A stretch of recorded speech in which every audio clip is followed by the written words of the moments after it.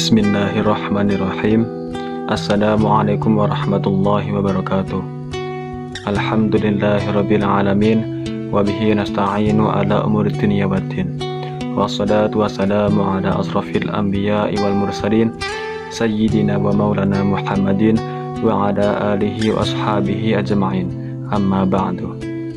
Yang saya hormati Bapak Hudan Mudaris selaku dosen pengampu mata kuliah ilmu hadis, dan yang saya cintai teman-teman semua, khususnya teman-teman Prodi 1 PAI Sekolah Tinggi Agama Islam Yogyakarta.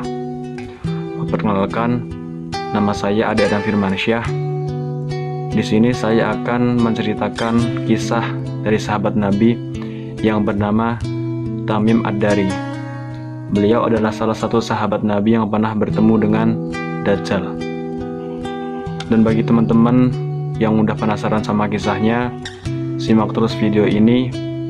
Dan jangan lupa yang belum subscribe, bisa subscribe channel ini supaya bisa terus berkembang dan menambah wawasan buat teman-teman semua.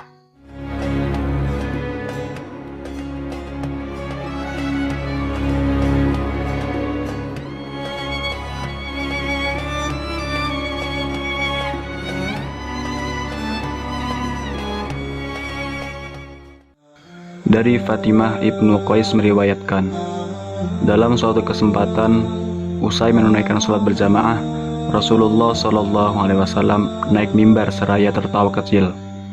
Terdengar dari kedua bibirnya ucapan, kepada semua yang baru saja menunaikan sholat, tetaplah berada di tempat. Setelah semua sahabat duduk tenang, beliau kemudian mengawali pembicaraannya. Apakah kalian tahu mengapa aku kumpulkan kalian? Lalu mereka pun menjawab, Allah dan Rasulnya tentu lebih mengetahui. Beliau kemudian melanjutkan, demi Allah, aku tidak mengumpulkan kalian untuk sebuah kabar yang menyenangkan atau menakutkan. Namun, aku kumpulkan kalian karena Tamim Ad-Dari yang dulunya adalah seorang Nasrani, kemudian dia datang berbaiat dan masuk Islam. Selain itu, dia juga menyampaikan sebuah cerita yang sesuai dengan apa yang ingin kuceritakan tentang Dajjal. Tamim Ad-Dari adalah seorang warga Nasrani Palestina yang pernah berjumpa dengan Dajjal dalam salah satu perjalanannya ke Jazirah Arab. Sepulangnya ke rumah, Tamim Ad-Dari berhijrah ke Madinah dan masuk Islam. Setelah berada di Madinah, dia menceritakan kejadian yang dialaminya kepada Rasulullah SAW. Mendapat kabar tersebut, beliau lantas mengumpulkan para sahabat dan menyampaikan kepada mereka. Dengan demikian tak perlu diragukan lagi bahwa kisah ini benar dan sahih. Jika tidak, tentu beliau tidak akan menyampaikannya kepada para sahabatnya. Sebab Allah pun tidak ridho jika Rasulnya menyebarkan berita bohong. Di samping itu, tidak ada celah sedikit pun bagi Tamim Ad-Dari untuk berbohong di hadapan Rasulullah SAW. Lalu Rasulullah SAW meneruskan kisahnya.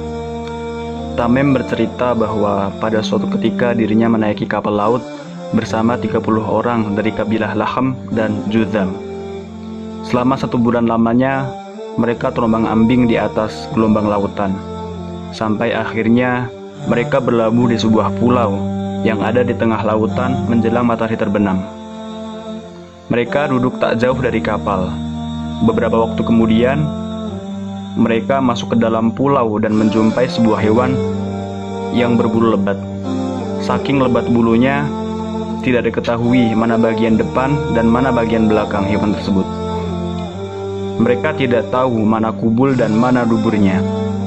Mereka kemudian memberanikan diri berkata kepada hewan tadi, celakalah, hewan apa engkau? Anehnya, hewan itu bisa menjawab, aku adalah Al-Jassasah. Mereka kembali bertanya, apa itu hewan Al-Jassasah? Si hewan itu berkata, wahai kaum, pergilah kalian kepada seorang pria yang berada di sebuah gua, sebab dia sangat merindukan kabar kalian.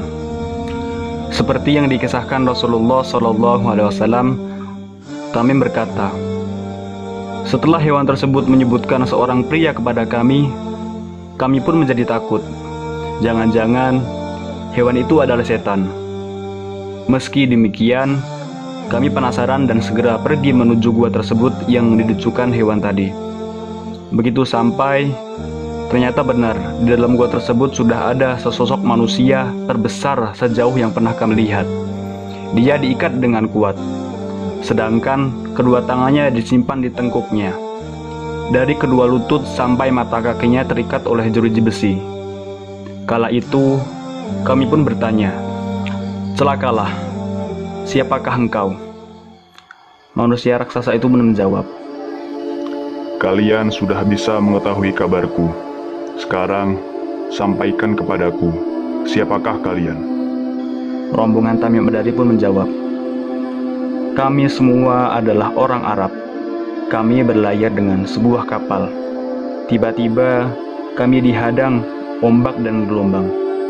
Kami pun terombang-ambing selama 1 bulan lamanya. Sampai akhirnya kami berlabuh di pulaumu ini. Tiba-tiba kami berjumpa dengan seekor hewan yang lebat bulunya dan ia meminta untuk kesini menemuimu. Sebab tuturnya, kau begitu merindukan kabar dari kami, sehingga kami pun segera menemuimu." Laki-laki itu berkata, "Sekarang, sampaikanlah kepadaku tentang kurma di Baisan."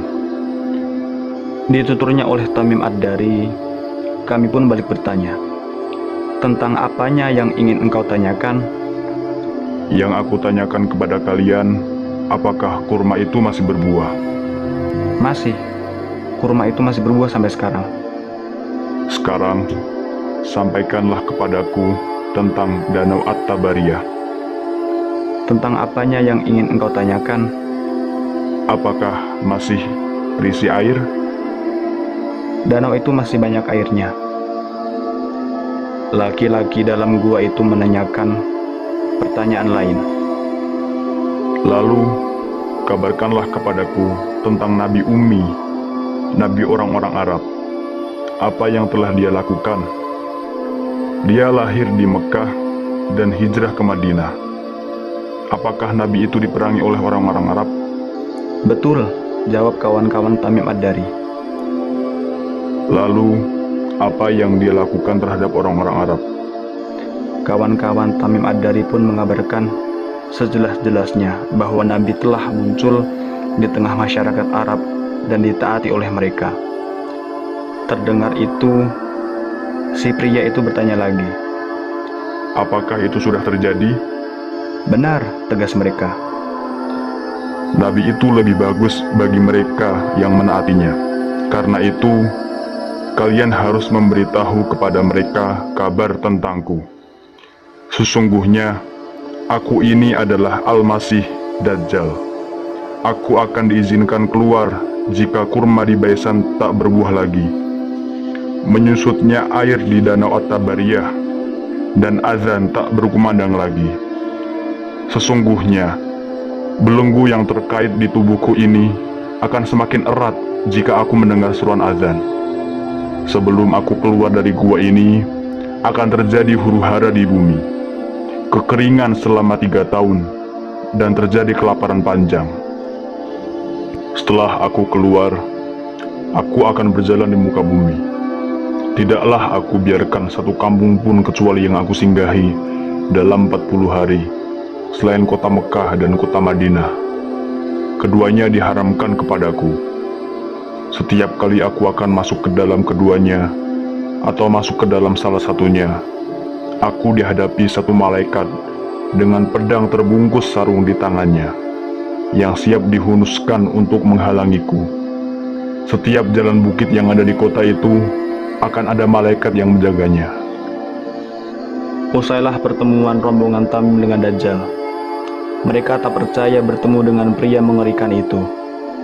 Apalagi telah banyak berita Rasulullah SAW yang mengabarkan bahwa salah satu tanda dari hari kiamat yakni adalah munculnya Dajjal. Sepulang dari tanah Arab, Tamim segera bertemu dengan Rasulullah dan mengisahkan perjalanannya. Ia pun segera menyatakan diri memeluk Islam. Rasulullah SAW pun sangatlah gembira mendengar pengalaman Tamim yang luar biasa. Pengalaman itu pun segera dikabarkan Rasulullah. Ia mengumpulkan umatnya di dalam masjid.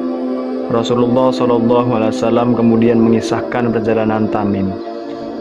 Di akhir kisahnya, perawi hadis ini, yakni Fatimah binti Qais, menambahkan, sambil mengetuk mimbar dengan tongkatnya, Rasulullah SAW bersabda, "Ini baik, ini baik, ini baik." Maksudnya adalah Madinah. Beliau memungkas kisahnya, "Bukankah aku telah menyampaikan hal itu kepada kalian?" Para sahabat pun menjawab, "Benar." Beliau kembali bersabda, "Sungguh mengagumkan cerita Tamim ini. Ceritanya sesuai dengan yang ingin aku sampaikan kepada kalian tentang Dajjal, Makkah, dan Madinah. Ingatlah, Dajjal itu berada di Laut Syam atau di Laut Yaman. Ia datang dari arah timur, dari arah timur, dari timur." Beliau mengatakan demikian sambil memberi isyarat ke arah timur. Demikian kisah dari sahabat Nabi yang bernama Tamim Ad-Dari. Bila ada salah kata dari saya, mohon maaf, karena kesempurnaan itu hanyalah milik Allah Subhanahu wa Ta'ala. Wal afu minkum. Assalamualaikum warahmatullahi wabarakatuh.